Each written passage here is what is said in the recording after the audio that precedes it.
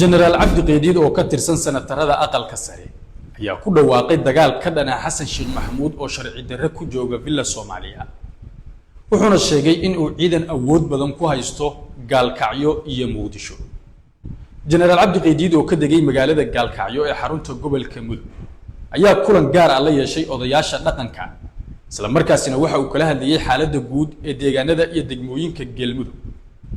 Abdi Qeydid waxa uu sheegay in Galmudug aysan ka dhici karin doorasho aysan dadkeedu raali ka ahayn isla markaasina Xasan Sheekh Maxamuud oo sharci darro ku jooga Villa Soomaaliya uusan ka qaban karin halkaasi doorasho aan la isku raacsanayn.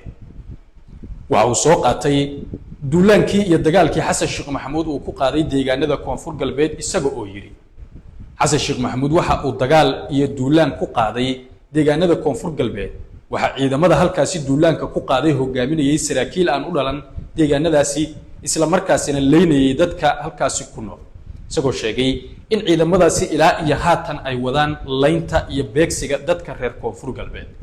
Waxa uu sheegay Xasan Sheekh Maxamuud in uu qorsheynayo duulaankaas mid la mid ah in uu Galmudug ku soo qaado balse aysan ahayn suurtagal.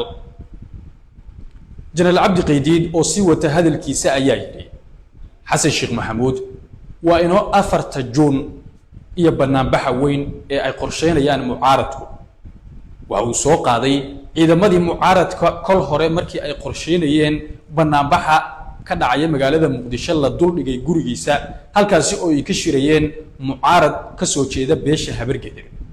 Waxa uu yiri markan waa inoo 4 Juun isla markaasina haddii ay ciidan soo duldhigto Villa Soomaaliya iyo Xasan Sheekh Maxamuud gurigeega waxay tahay dagaal waana mid anigu aan ku qaadi doono duulaan iyo dagaal. Isla markaasina waxa uu sheegay inuu ciidamo awood badan markaan ku haysto gudaha magaalada Muqdisho ee caasimadda Soomaaliya.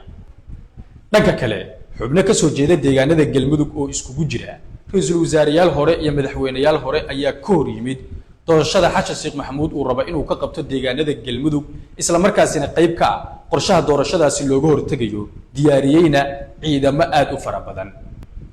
haddaba Xasan Sheekh Maxamuud oo culays kala kulmay Galmudug ma ka laaban doonaa qorshaha doorasho ee dawlad goboleedka Galmudug.